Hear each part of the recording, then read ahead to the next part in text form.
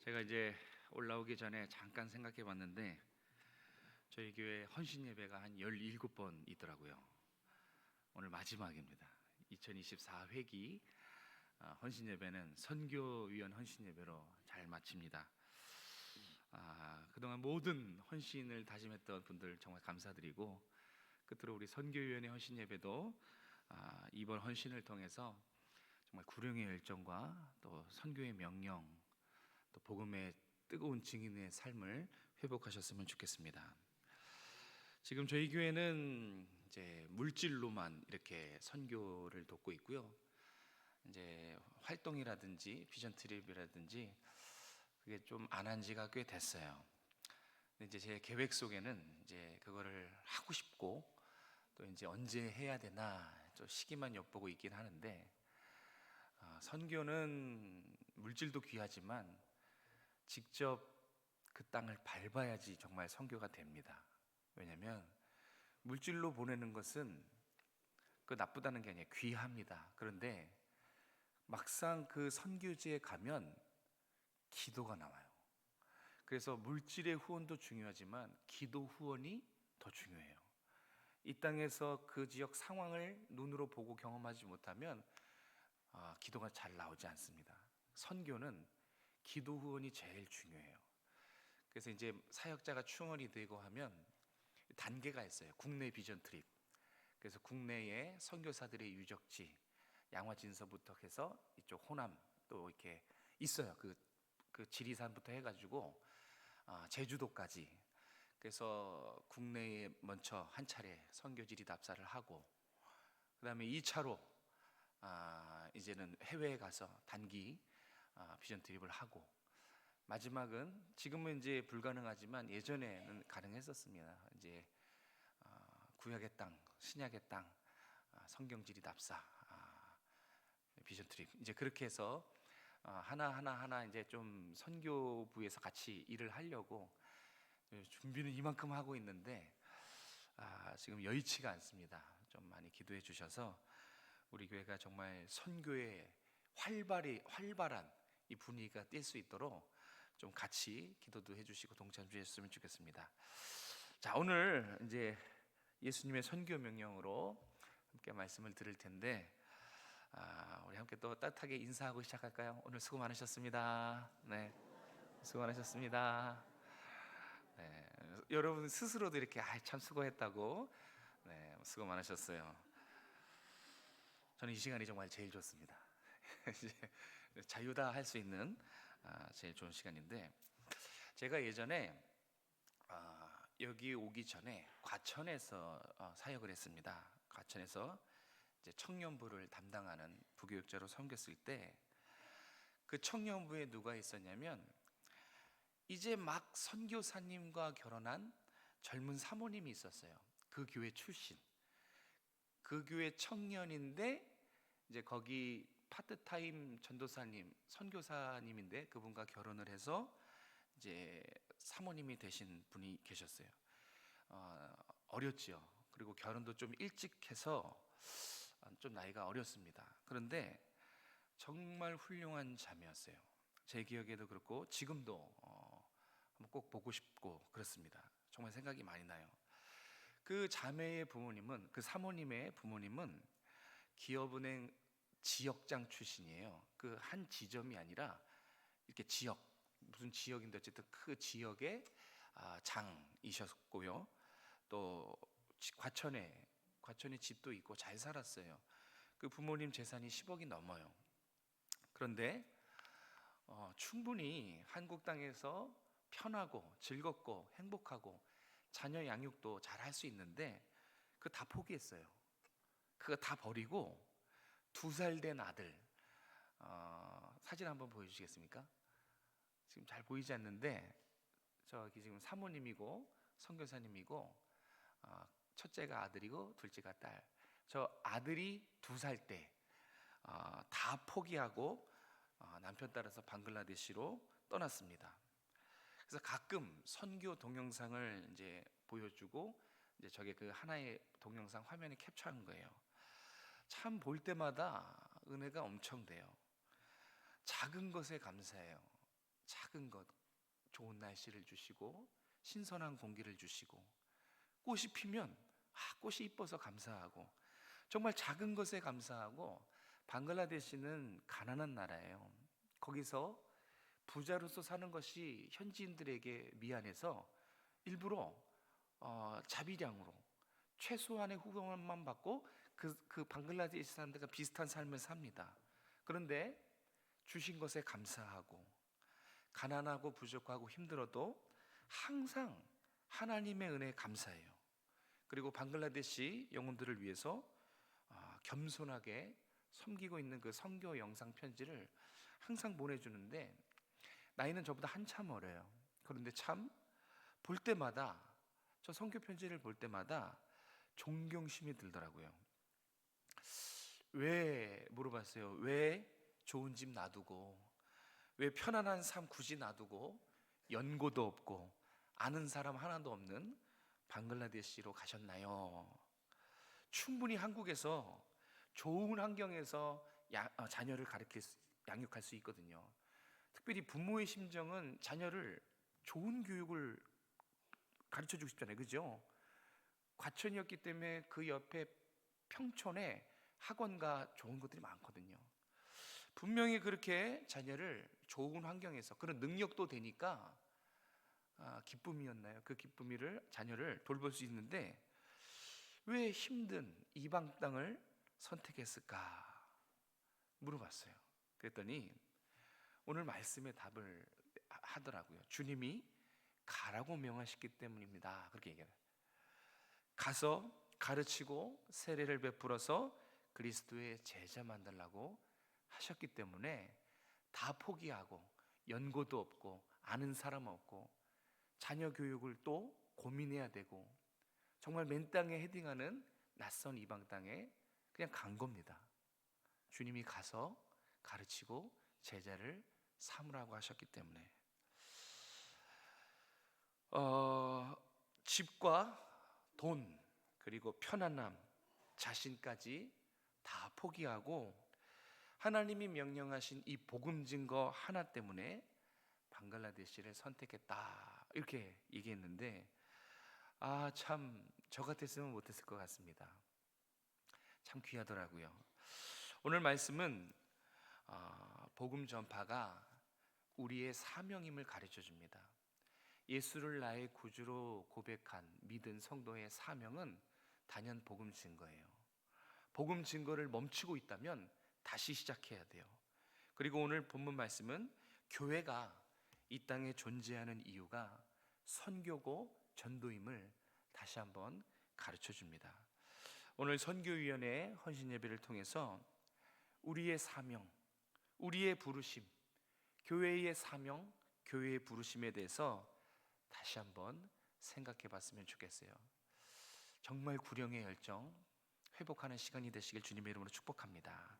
우리 16절 17절 말씀 같이 읽겠습니다. 16절 17절입니다. 시작. 11 제자가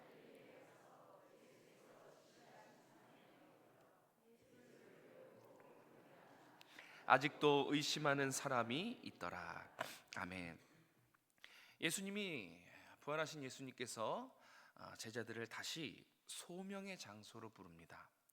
그런데 그 부르신 이유가 너무너무 중요하고 우리의 이야기입니다. 우리도 왜 예수님이 제자들을 소명의 장소, 예수님을 처음 만난 장소로 부르셨는가 알고 있어야 돼요.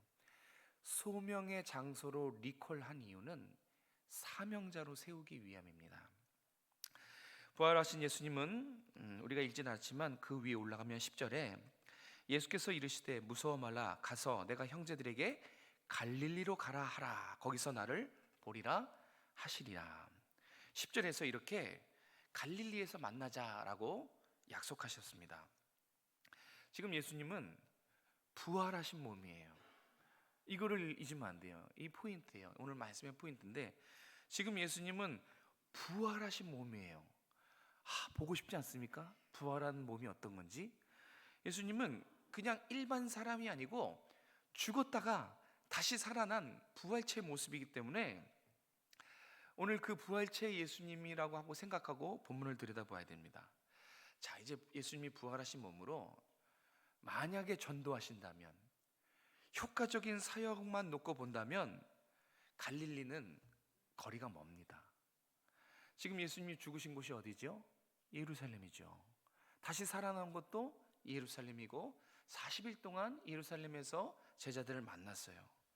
따라서 부활하신 예수님이 전도하고 가장 효과적으로 사역을 한다고 치면 갈릴리보다 예루살렘이 효과적이에요. 만약에 부활하신 예수님이 그 성전 휘장 찢어진 그 앞에서 제자들을 불러서 가르친다면 어땠을까요? 많은 사람들이 지지와 호응을 받지 않았을까요? 텅 빈 무덤 앞에서 그 되어진 일들을 설명했다면, 그러면 제자들뿐만 아니라 그 당시에 믿지 않는 사람들도 엄청난 관심과 지지와 호응을 받았을 것입니다. 아니면 이랬을 수도 있어요. 부활하신 몸으로 그 정적들에게 찾아가는 겁니다. 산헤드린 공의원에 가서 자신을 죽인 바리새인들, 제사장들 앞에 가서 혼내줬다면 어땠을까요? 세간의 이목을 끌기에는 충분했을 것입니다. 효과적인 사역만 놓고 보면 부활하신 예수님이 있어야 할 곳은 예루살렘이었어요. 하지만 예수님이 선택한 곳은 오늘 본문에서 나오는 것처럼 예루살렘이 아니에요. 예수님이 선택한, 예수님의 관심은 어디였습니까? 갈릴리였어요. 그러면 왜 갈릴리를 부르셨을까? 이거를 오늘 한번 우리가 함께 나눠보기 원합니다. 예수님께서 제자들을 예루살렘이 아닌 먼 갈릴리로 부르신 이유는 17절에 나와 있어요. 17절에 보면 예수를 배웠고 경배하나 아직도 의심하는 자들이 있더라, 이렇게 나오잖아요. 예수님이 갈릴리로 제자를 부른 이유는 여기서 11명의 제자뿐만 아니라 또 여러 명의 제자와 함께 부르셨어요. 근데 17절 때문에 갈릴리로 부르신 겁니다. 부활을 목격했지만 머뭇거리고 있는 제자들이 있었어요. 분명히 부활하신 주님을 목격했지만 아직 확신이 들지 않은 연약한 믿음. 여기서 의심했다는 것은 불신을 말하는 것이 아닙니다. 믿음이 있어요. 근데 작은 믿음이에요. 상황과 환경에 눌리고 이 두려움에 눌려 있는 그런 연약한 믿음. 그 연약한 믿음 때문에, 그 연약한 믿음으로 인해서 앞으로 해야 될 복음 증거에 방해가 될 수 있어서 갈릴리로 다시 부릅니다. 그 연약한 믿음으로는 복음 전파와 선교 사명을 감당할 수 없기 때문에 다시 부르신 거예요. 소명이 시작되고 새로운 인생이 시작되고 주님과의 만남이 시작된 제자들의 신앙의 진원지, 거기에서 말씀으로 힘을 주십니다. 처음 소명이 시작된 곳에서 사명자로 세우시기 위해서 지금 제자들을 갈릴리로 부르시고 계신 것입니다. 주님은 먼저 제자들의 상태를 체크하십니다. 이 연약한 믿음 때문에 안 되겠구나. 이 연약한 믿음이 오히려 넘어질 수 있고 복음 전파에 장애가 될 수 있어서 그 연약한 믿음을 먼저 회복시켜 주시는 것이 예수님의 관심사였어요. 제자들의 회복, 제자들의 믿음의 회복, 사명의 회복, 이것이 다른 어떤 것보다, 효과적으로 전도하는 것보다 예수님께는 중요한 문제였고 최대의 관심사였기 때문에 그래요. 그래서 제자들을 소명의 자리에서 복음을 증거하는 사명자로 세우시기 위해서 갈릴리로 부르셨습니다.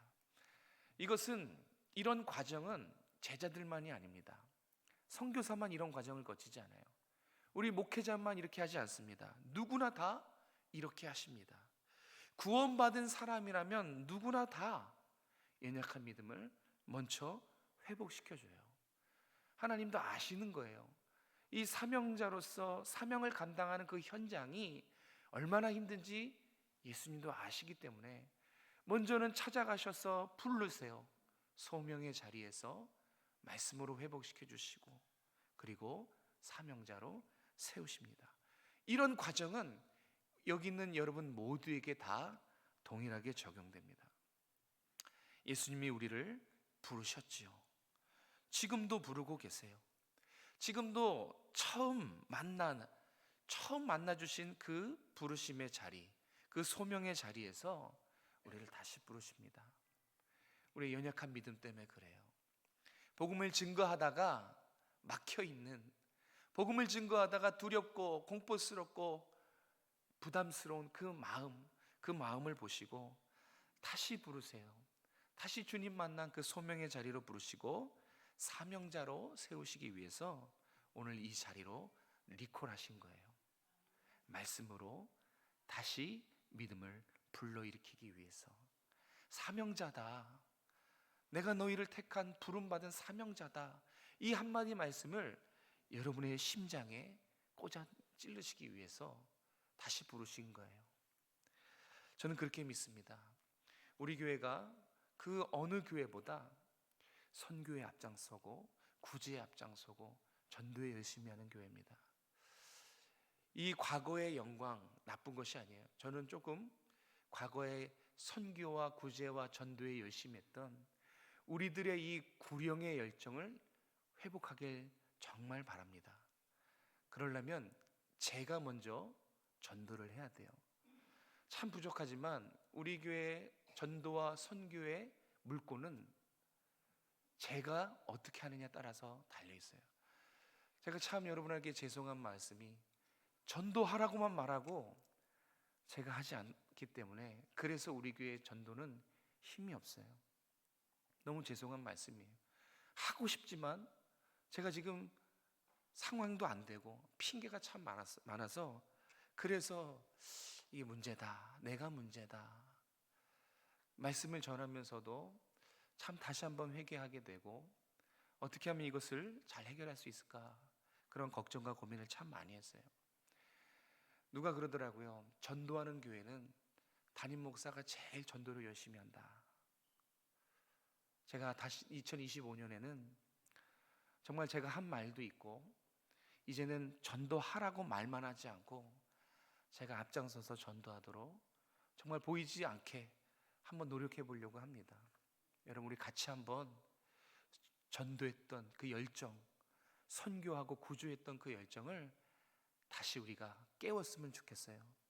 그래서 같이 함께 선교하는 교회로, 전도하는 교회로 2025년에는 하나님이 기뻐하시는 복음의 증인의 삶으로 우리가 살았으면 정말 그런 도전이 있으면 좋겠습니다. 우리 두 번째로는 18절에서 20절 말씀 같이 한번 읽겠습니다. 18절에서 20절 말씀입니다. 시작. 예수께서 나와 말씀하여 이르시되 하늘과 땅의 모든 권세를 내게 주셨으니 그러므로 너희는 가서 모든 족속을 제자로 삼아 아버지와 아들과 성령의 이름으로 세례를 베풀고 내가 너희에게 분부한 모든 것을 가르쳐 지키게 하라. 볼지어다 내가 세상 끝날까지 너희와 항상 함께 있으리라 하시니라. 아멘. 네, 대위임령이라고 하죠. 예수님께서 그날 제자들에게 하신 선교 명령, 대위임령은 무엇입니까? 주님의 제자로 만들라는 것입니다. 이것이 우리의 마음을 뛰게 했으면 좋겠어요. 이 18절, 19절, 20절은 정말 구원받은 주님의 백성이면 이건 정말 암송하고 삶의 지표로 삼아야 될 말씀이에요. 대위임령, 지상명령, 마지막 주님의 유언, 주님이 제자들에게 간곡하게 부탁한 마지막 명령, 마지막 유언이 가서 주님의 제자로 만들라입니다. 이 말씀을 귀에 못이 박도록 임이 박도록 들으셨는데 어떠십니까? 들을 때마다 정말 가슴이 뛰십니까? 들을 때마다 이 말씀대로 살기 위해 몸부림치고 나가서 전도하고 가르치기 위해 노력하고 한 영혼을 품기 위해 애쓰고 노력하는 그런 모습이 말씀이 전파될 때마다 여러분의 삶이 있으십니까? 이제 정말 그래야 돼요. 이 18절과 19절 이 부분을 오해하시는 분들이 많아요.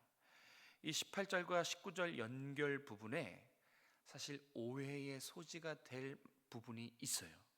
그게 뭐냐면 하늘과 땅의 모든 권세를 누구에게 주셨어요? 맞아요. 우리에게 주신 게 아니에요. 너에게 주셨으니가 아닙니다. 우리에게 주신 것으로, 이렇게 너에게 주셨으니 우리에게 주신 것으로 착각하시는 분들이 있고, 심지어 저는 목회자가 그렇게 설교하는 것도 들었어요. 우리에게 주신 게 아니고 이 주님께 죄사함의 권세, 주님께 사망을 이기는 권세, 주님께 심판할 권세가 있다는 것을 가르쳐 주는 거예요. 그런데 그것을 알고 19절을 넘어가서 보면 좀 이상해요. 문맥이 좀 안 맞는 것 같아요. 자, 보세요. 하늘과 땅의 모든 권세를 주님이 갖고 계세요. 그러므로 너희는 가서.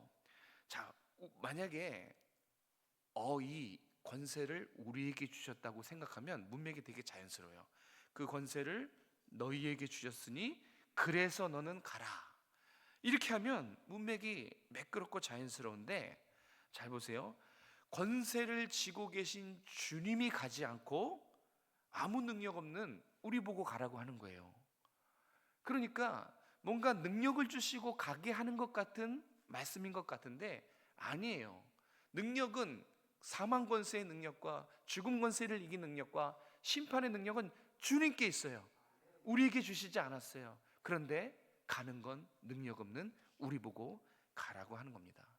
그래서 이게 뭔가 맞지 않아서 다 너에게 주셨으니 그 능력을 주셨고 그 능력으로 가라, 이렇게 설명하더라고요. 그런데 그렇지 않아요. 분명해요. 능력과 권세는 예수님께 있습니다. 가서 복음에 전해야 될 우리는 아무 능력 없는 상황이에요. 이걸 어떻게 이해해야 되냐면, 자, 이거는 이렇게 하라는 거예요. 철저하게 주님만 의지하라는 거예요. 능력이신 주님을 복음의 현장에서 붙들고 철저히 의지하라는 거예요. 여러분, 이 복음 증거는 내 힘과 내 능력으로 되는 것이 아니라는 거예요. 우리는 능력이 없어요. 그 영혼을, 마음을 바꾸고 그 영혼의 생각을 바꾸고 교회에 데리고 오게 하고 가르쳐서 변화시킬 만한 능력이 우리에게는 없어요. 그런 능력은 주님께 있어요. 그 모든 그 영혼의 죄 사함 주님이 하시는 거고요. 그 영혼에게 사망 권세의 능력이 주님께 있다는 것도 주님이 하시는 것이고, 영원 형벌과 영원한 생명의 심판도 주님이 갖고 계시는 거예요. 그 주님을 우리가 의지할 때 복음 증거의 열매가 맺힌다는 거예요. 그래서 복음 증거는, 전도는, 선교는 철저히 능력 되시는 주님, 그 주님을 의지해야 한다는 것입니다. 혹여나 이렇게 생각할 수 있어요. 그 의지해야 될 주님을 잃어버리면 어떡합니까? 사역 현장에서 복음을 전하다가 주님을 못 찾으면, 보이지 않으면 어떻게 합니까? 우리의 믿음이 또다시 연약해지면 어떡합니까? 그래서 20절의 의미심장한 약속으로 확실하게 못을 받고 있는 거예요. 내가 세상 끝날까지 너와 항상 함께 있으리라. 혹여나 믿음이 약해질까봐, 의지해야 될 주님을 놓칠까봐 내가 너와 항상 함께 있겠다. 그런데 그게 언제까지예요? 주님이 다시 오실 때까지. 그러니까 걱정하지 말고 항상 너를 따라다니는, 항상 너와 함께 있는 나를 바라보고 의지해라. 아주 확실하게 못을 박는 겁니다. 주님이 함께 하세요. 그 능력의 주님이 여러분 따라다니십니다. 여러분 안에 능력의 성령께서 거하시는 것입니다. 그래서 우리는 주님을 의지하고 복음을 증거할 수 있는 것입니다. 끝으로 제자들이 주님을 의지함으로, 주님을 바라봄으로 감당해야 될 선교 명령, 그것이 무엇입니까? 19절과 20절의 이 구조를 통해서 알 수 있어요. 우리 성경은, 한글 성경은 그러므로 너희는 가서 제자를 삼아 세례를 베풀고 가르쳐 지키게 하라, 이렇게 이 사역을 그냥 단순히 열거만 하는데요, 원어 성경으로 보면 중요한 일과 보조적인 일이 나눠져 있어요. 그래서 가는 것, 제자 삼는 것, 세례 베푸는 것, 가르치는 것. 성경에서 표현한 이 네 가지 사역 중에서 하나는 핵심이에요. 그리고 나머지 세 개는 그 핵심 사역을 꾸며주는 보조 사역으로 이렇게 나눠놨더라고요. 자, 이 네 가지, 가는 거, 제자 삼는 거, 세례 베푸는 거, 가르치는 거, 이 네 가지 사역 중에서 핵심 사역은 무엇일까요? 1번 가는 것, 2번 제자 삼는 것, 3번 세례 베푸는 거, 4번 가르치는 거. 몇 번일까요? 네? 네? 아마 2번이에요. 제자 삼는 것. 제자 삼는 게 그 동사가 핵심 동사예요. 그리고 나머지 가는 것, 세례 베푸는 것, 가르치는 것은 제자 삼기 위한 보조 수단이에요.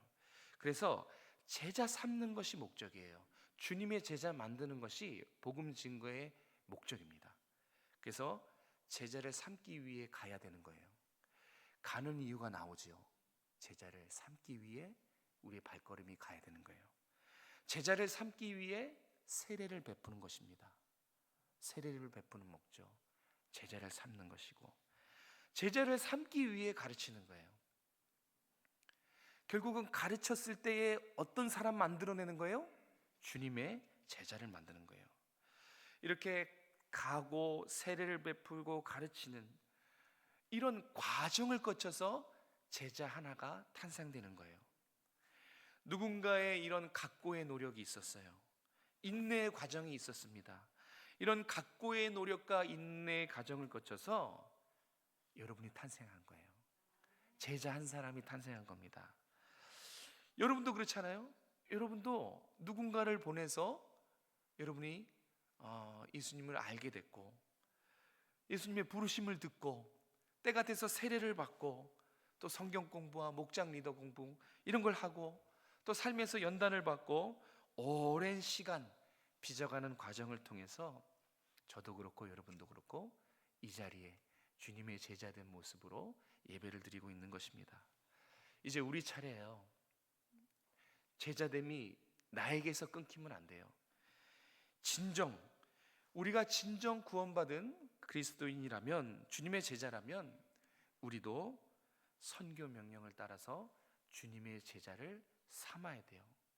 주님의 제자를 삼기 위해 우리는 가야 되고요, 주님의 제자를 삼기 위해서 열심히 가르쳐야 됩니다. 주님의 제자를 삼기 위해서 기도하셔야 돼요. 그래서 그 영혼이 때가 되면 공교회 앞에서 세례를 받을 수 있도록 그 모든 일들 우리가 해야 되는 것입니다. 어디든지 사람과 대상과 장소를 가리는 것이 아니라, 내가 맞는 사람에게만 가는 것이 아니라 모든 족속이라고 했어요. 어디든지입니다.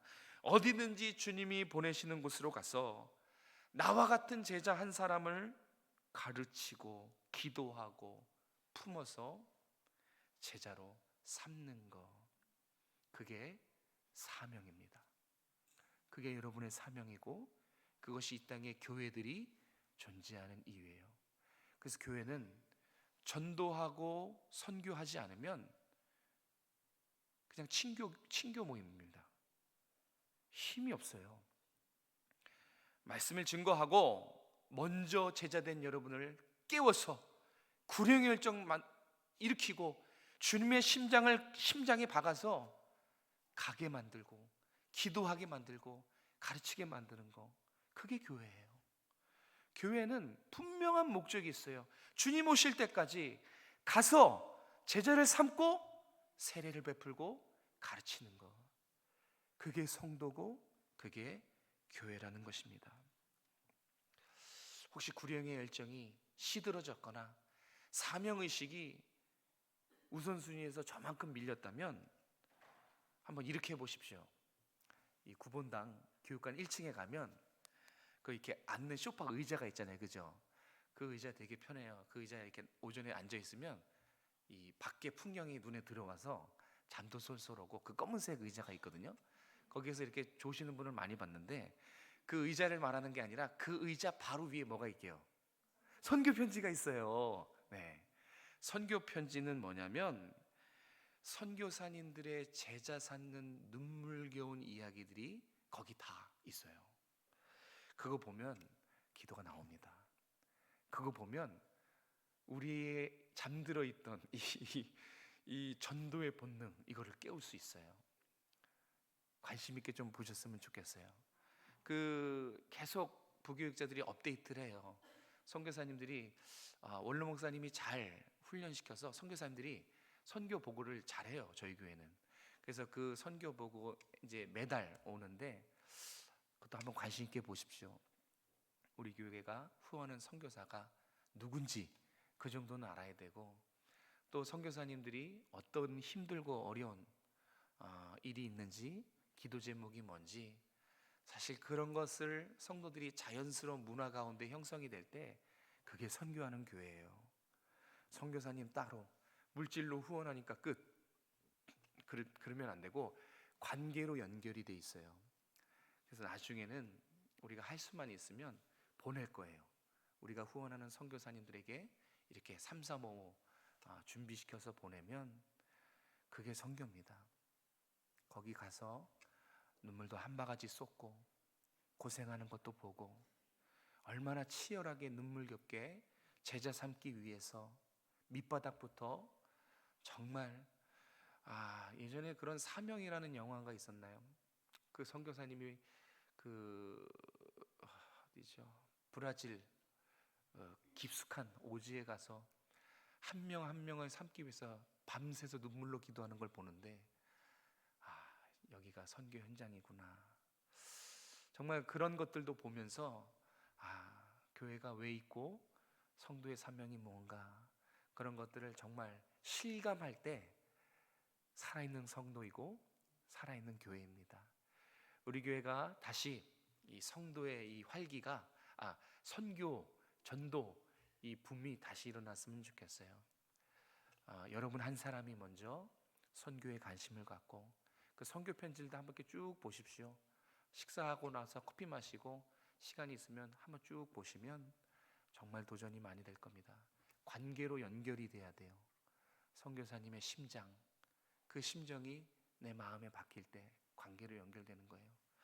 그렇게 앞으로는 선교와 전도의 구제에 우리가 다 함께 정말 전심전력하는 그런 힘 넘치는 우리 오정성하게 됐으면 좋겠어요. 기도하겠습니다. 하나님, 오늘 거룩한 주일 우리에게 허락해 주셔서 감사합니다. 우리가 어쩌면 열심히 살다가 우리의 사명을 잊고 우리가 누구인지 잊고 살 때가 참 많음을 고백합니다. 전도해야 될 때에 전도의 문이 막혀서 하나님 정말 발을 동동 구를 때가 참 많았고, 또 하나님 시대가 어둡고 사람들이 마음의 문을 닫아서 전도하기를 포기할 때도 참 많았습니다. 코로나 때문에 하나님 전도의 문이 막힐 때 우리 참 답답했었습니다. 이제 하나님 우리가 누구인지 기억하게 하시고 복음의 증인으로서 제자 삼는 주님의 제자로서 이제 우리 교회가, 우리 모든 성도들이 하나님이 허락하신 이 선교와 구제와 전도의 기쁨으로 감당할 수 있도록 은혜 베풀어 주시옵소서. 선교위원들에게 구령의 열정을 허락하여 주시고, 정말 선교사님들을 위해 기도하며 선교사님들을 잘 보필하여서 우리 교회가 선교에 앞장서는 교회가 되는데 마중물의 역할을 감당할 수 있는 우리 선교위원들이 될 수 있도록 은혜 베풀어 주시옵소서. 지금도 땅끝에서 오지에서 한 영혼을 붙잡고 눈물로 기도하는 선교사님들이 있습니다. 하나님, 모든 편안한 생활과 즐거움과 가족들 다 포기하고 다 내려놓고 가라는 명령 때문에, 제자 삼는 명령 때문에 복음의 증인이 되어서 영혼을 위해 구원하기 위해 불철주에 노력하는 선교사들, 그 가정과 사역과 일터를 주께서 붙잡아 주시옵소서. 우리 교회가 다시 복음을 전하는, 우리나라가 다시 선교의 앞장서는 우리나라와 교회가 될 수 있도록, 한국 교회가 될 수 있도록 은혜 베풀어 주시옵소서. 거룩하신 예수님의 이름으로 감사하며 기도드렸습니다. 아멘.